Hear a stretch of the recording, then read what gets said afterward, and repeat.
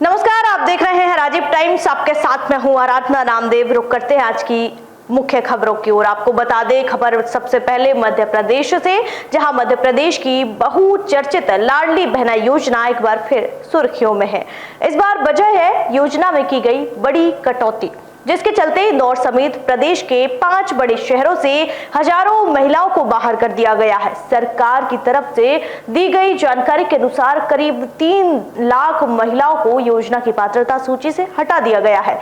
इसमें से बड़ी संख्या उन महिलाओं की है जिनकी उम्र अब 60 वर्ष से अधिक हो गई है, जो योजना के पात्रता मापदंड के बाहर हो जाती है। आपको बता दें, जहां योजना से बाहर की गई महिलाओं में से कई का यह भी कहना है कि उन्हें बिना किसी पूर्व सूचना के बाहर कर दिया गया है।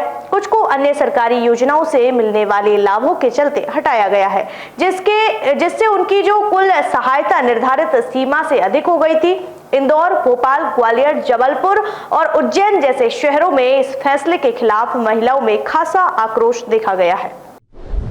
तो अब बात कर लेते हैं अगली खबर की, जो खबर है महानगर इंदौर से। इंदौर में महिलाओं के साथ हो रही छेड़छाड़ की घटनाएं थमने का नाम नहीं ले रही हैं। ताजा मामला MIG थाना क्षेत्र से सामने आया है, जहां एक युवती के साथ बाइक सवार युवक ने सरेआम छेड़छाड़ की। घटना CCTV कैमरे में कैद हो गई और वीडियो अब सोशल मीडिया पर तेजी से वायरल हो रहा है। फिलहाल पुलिस ने मामला दर्ज कर लिया है और आरोपी की तलाश की जा रही है। ये तस्वीरें हैं इंदौर के MIG थाना क्षेत्र की, जहां एक युवती अपने निजी काम से घर से बाहर निकली थी। उसी दौरान पीछे से बाइक पर सवार एक युवक आया और युवती के साथ छेड़छाड़ कर मौके से फरार हो गया। घटना एक घर के बाहर लगे CCTV कैमरे में कैद हो गई। वीडियो सामने आने के बाद लोगों में आक्रोश है और सोशल मीडिया पर इस घटना की जमकर निंदा की जा रही है। पुलिस ने तुरंत कार्रवाई करते हुए युवक के खिलाफ छेड़छाड़ का मामला दर्ज किया। फुटेज के आधार पर आरोपी की पहचान की जा रही है। पुलिस का कहना है कि जल्द ही आरोपी को गिरफ्तार कर लिया जाएगा और उसके खिलाफ सख्त कार्रवाई की जाएगी। जैसा कि आप लोगों को विदित है कि एक सोशल मीडिया पे वीडियो वायरल हो रहा है। एक अज्ञात युवक द्वारा एक युवती पे छेड़छाड़ की गई है। जैसे ही हमारे संज्ञान में आया है, लगातार आरोपी की सर्चिंग जारी है और हम जल्दी से जल्दी उसे ट्रेस करेंगे। तो एक बार फिर रुक करेंगे इंदौर की ओर। इंदौर की हुकुमचंद मिल की बहुचर्चित जमीन को लेकर एक बार फिर सियासी तूफान खड़ा हो गया है। प्रदेश कांग्रेस ने नगर निगम पर गंभीर आरोप लगाए हैं। कांग्रेस प्रवक्ता प्रमोद द्विवेदी का दावा है कि मार्च के अंतिम सप्ताह में नगर निगम ने करीब 20 करोड़ की जमीन की रजिस्ट्री मिल के नाम पर की, जिसमें एक निजी सेवा प्रदाता को 34 लाख रुपए का भुगतान किया गया। कांग्रेस ने इस पूरे लेन देन को लेकर पारदर्शिता पर सवाल उठाए हैं और सरकार से जवाब मांगा है। इंदौर की हुकुमचंद मिल की जमीन जो बरसों से विवादों और चर्चाओं में रही है, अब एक बार फिर सियासी बहस के केंद्र में आ गई है। प्रदेश कांग्रेस प्रवक्ता प्रमोद द्विवेदी ने आरोप लगाया है कि नगर निगम द्वारा की गई इस रजिस्ट्री में एक निजी सेवा प्रदाता को 34 लाख रुपए से अधिक का भुगतान किया गया, जबकि दावा किया जाता है कि घर बैठे रजिस्ट्री जैसी योजनाओं के जरिए पारदर्शिता लाई जा रही है। द्विवेदी का कहना है कि जब पूरा दस्तावेजी काम नगर निगम अधिकारियों द्वारा तैयार किया गया, तो फिर एक बाहरी एजेंसी को इतनी बड़ी रकम क्यों और किस आधार पर दी गई।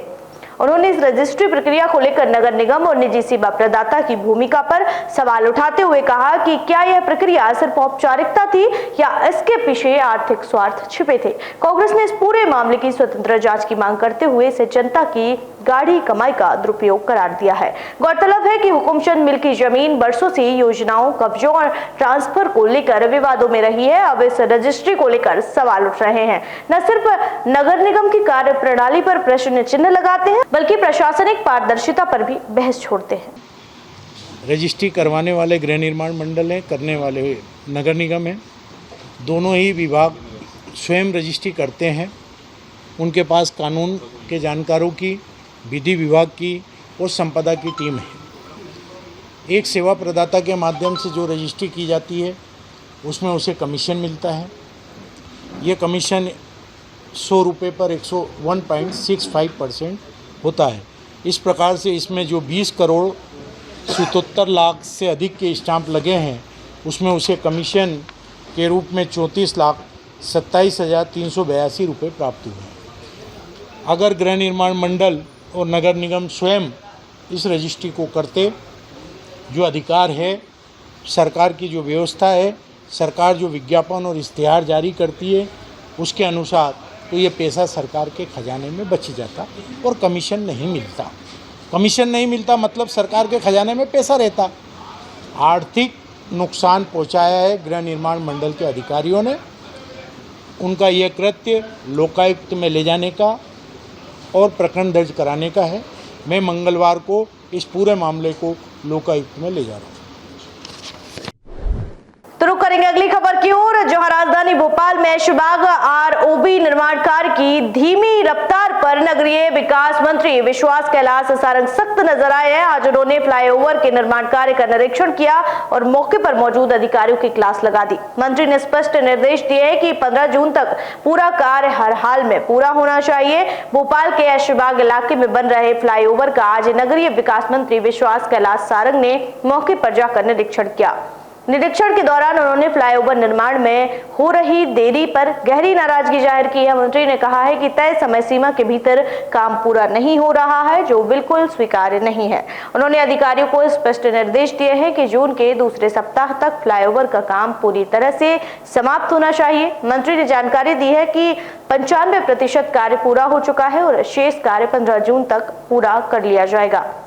साथ ही मंत्री सारंग ने ये भी बताया कि ऐशबाग स्टेडियम का रेनोवेशन कार्य भी जारी है और इस पूरे क्षेत्र को सुव्यवस्थित करने की योजना पर काम हो रहा है। आज हमने जो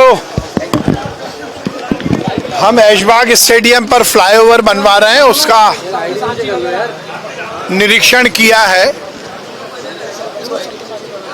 तय सीमा से बहुत ज़्यादा विलंब हुआ, इसीलिए मैंने इसको लेकर नाराजगी व्यक्त की है और आज ये निर्देश दिए हैं कि किसी भी तरह जून के सेकंड वीक तक 15 जून तक ये फ्लाईओवर बनकर तैयार हो जाना चाहिए। लगभग 90% कार्य हो चुका है, 95% कार्य हो चुका है। ये जो थोड़ा सा कार्य बचा है वो भी जून महीने तक पूरा होगा। एक बड़ी समस्या जो इस संपूर्ण क्षेत्र में थी, महामाई बाग, पुष्पा नगर और इस पूरे बल्कि स्टेशन क्षेत्र से जो लोग नए भोपाल की ओर जाते थे उनको ये एक बहुत बड़ी सौगात हम दे रहे हैं। नरेला विधानसभा में हमने फ्लाईओवर की सीरीज शुरू की है। लगभग 10 फ्लाईओवर हम नरेला विधानसभा में बनवा रहे हैं। नरेला विधानसभा को लोग इसीलिए फ्लाईओवर विधानसभा भी कहते हैं। और ये ऐशबाग स्टेडियम के सामने का फ्लाईओवर इस संपूर्ण क्षेत्र की पूरी जो व्यवस्था है उसमें परिवर्तन लाएगा। यहाँ के लोगों को बड़ी सुविधा मिलेगी। मैंने ये सुनिश्चित किया है कि अब इसकी डेडलाइन में नहीं बढ़ाऊंगा और 15 जून तक किसी भी हाल में ये फ्लाईओवर बनकर तैयार हो जाना चाहिए। तो चलिए रुक करेंगे अगली खबर की ओर, जहां सागर में सामने आई लव जिहाद की घटना पर भाजपा प्रदेश अध्यक्ष वी.डी. शर्मा ने तीखी प्रतिक्रिया दी है। भोपाल में मीडिया से बात करते हुए उन्होंने कहा कि अपनी पहचान छिपाकर बेटियों को गुमराह करने वालों को किसी की भी कीमत पर अब बख्शा नहीं जाएगा। साथ ही वक्फ बोर्ड को लेकर आदिवासी संपत्तियों पर अवैध कब्जे का भी गंभीर आरोप लगाया। वहीं समाजवादी पार्टी प्रमुख अखिलेश यादव के हालिया ट्वीट पर भी उन्होंने पलटवार किया है। आपको बता दें, सागर जिले में सामने आई एक लव जिहाद की घटना ने एक बार फिर प्रदेश की सियासत को गरमा दिया है। भोपाल में पत्रकारों से बात करते हुए बीजेपी के प्रदेश अध्यक्ष वी.डी. शर्मा ने कहा कि लव जिहाद के जरिए कुछ लोग अपनी पहचान छिपाकर बेटियों को गुमराह करते हैं।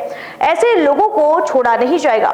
मध्य प्रदेश में बीजेपी की सरकार है और लॉ एंड ऑर्डर के खिलवाड़ किसी कीमत पर बर्दाश्त नहीं किया जाएगा। तो वहीं उन्होंने वक्फ बोर्ड को लेकर भी बड़ा बयान देते हुए आरोप लगाया कि वक्फ के नाम पर गुंडे और अपराधी अनुसूचित जनजाति की संपत्तियों पर कब्जा कर रहे हैं। यह आंकड़ा करीब 8 लाख के ऊपर का है। हालांकि उन्होंने यह भी कहा है कि मामला कोर्ट में लंबित है, इसलिए ज्यादा टिप्पणी नहीं करेंगे, लेकिन इस मुद्दे को लेकर समाज को जागरूक किया जाएगा। इस पर एक अवेयरनेस का अभियान हम सब लोगों ने लिया है और ये सारी बातें वक्फ के कानून को लेकर आम जनता में नीचे तक चीज़ें जाएं। तो आज अनुसूचित जनजाति मोर्चे की हमारी बैठक है। अनुसूचित जनजाति मोर्चे की बैठक में हमारी मंत्री आदरणीय सावित्री ठाकुर जी, कैबिनेट के मंत्री डी वीके जी, विजय शाह जी, हमारे भारतीय जनता पार्टी के सभी मोर्चे के राष्ट्रीय महामंत्री, प्रदेश अध्यक्ष और सभी प्रदेश के प्रमुख कार्यकर्ता, जिलाध्यक्षों से लेकर के इस अभियान के इंचार्ज आज दिन भर इस पर चर्चा कर रहे हैं कि किस प्रकार से अनुसूचित जनजाति के क्षेत्र में भी वक्फ के कारण से कितनी संपत्तियों पर अवैध कब्जे हैं। ऐसे एक नहीं, कई प्रकार की चीज़ें हैं। लेकिन मैं कहना चाहता हूं कि चूँकि माननीय सर्वोच्च न्यायालय में अभी इस पर न्यायालय का संज्ञान है, चर्चा हो रही है, सरकार ने अपना पक्ष रखा है और माननीय सर्वोच्च न्यायालय के समक्ष सरकार अपनी भूमिका को प्रस्तुत कर रही है, इसलिए ज़्यादा कुछ कहना मैं इसको उचित नहीं मानता। लेकिन ये अभियान हमारा एक वक्फ के बिल के कानून को लेकर के आम लोगों में, जनता में, अनुसूचित जनजाति के लोगों के बीच में ये बातें ठीक से जाएं, ये प्रयास हमारी इस बैठक के माध्यम से हम सब लोग कर रहे हैं। 15 से 25 हमारा बाबा साहब अम्बेडकर सम्मान अभियान, इस नाते से तैयारी चल रही है, आज उसकी भी चर्चा हो रही है कि आगामी आने वाले समय में हर जिले के अंदर, हर क्षेत्र में बाबा साहब अम्बेडकर को लेकर भारतीय जनता पार्टी ने किस प्रकार से उनके सम्मान के साथ और उनके विचारों को ज़मीन पर उतारा है। कांग्रेस ने 75 संशोधन किए तो क्यों किए? बाबा साहब नहीं चाहते थे कि धर्मनिरपेक्ष और समाजवाद का शब्द संविधान में आए, लेकिन उनके विरोध के बावजूद कांग्रेस लाई। कांग्रेस ने संविधान संशोधन किया तो किस बात के लिए किया? लोकतंत्र की हत्या करने के लिए इमरजेंसी लगाई। लेकिन भारतीय जनता पार्टी ने प्रधानमंत्री मोदी जी के नेतृत्व में या अटल जी के नेतृत्व में, कोई भी हमारी सरकारें रहीं, संशोधन क्यों किया? समाज और देश के हित के लिए। कि धारा 370 देश की एकात्मता और अखंडता के लिए, धारा 370 जिसमें सामाजिक अन्याय कि सफाई कर्मी का बेटा जिंदगी भर सफाई कर्मी रहेगा, ये धारा 370 कहती थी। और अगर आपको पढ़ लिख करके तैयार होना है तो कश्मीर छोड़ दो, नागरिकता छोड़ दो, बाहर चले जाओ। उसके लिए कानून और संविधान संशोधन किया। ट्रिपल तलाक के कानून को, महिलाओं के अधिकार को, मुस्लिम महिलाओं के जीवन को नरक से स्वर्ग बनाने के लिए कानून में परिवर्तन किया, संविधान संशोधन किया। मेरे कहने का आशय यह है कि इस दिशा में बाबा साहब अम्बेडकर सम्मान समारोह का अभियान भी भारतीय जनता पार्टी देश के अंदर, प्रदेश के अंदर हम नीचे तक इस अभियान को चला रहे हैं। वन नेशन वन इलेक्शन की हमारी भूमिका लगातार बन रही है। मैं भी जेपीसी का मेंबर हूं, इसलिए देश के अंदर ओपिनियन इस बात पर बन रहा है और जनता इसके समर्थन में खड़ी है, क्योंकि वन नेशन वन इलेक्शन किसी दल या किसी का एजेंडा नहीं है। वन नेशन वन इलेक्शन देश की आवाज़। इस बुलेटिन में फिलहाल इतना ही। देश दुनिया की तमाम खबरें देखने के लिए देखते रहिए राजीव टाइम्स। नमस्कार।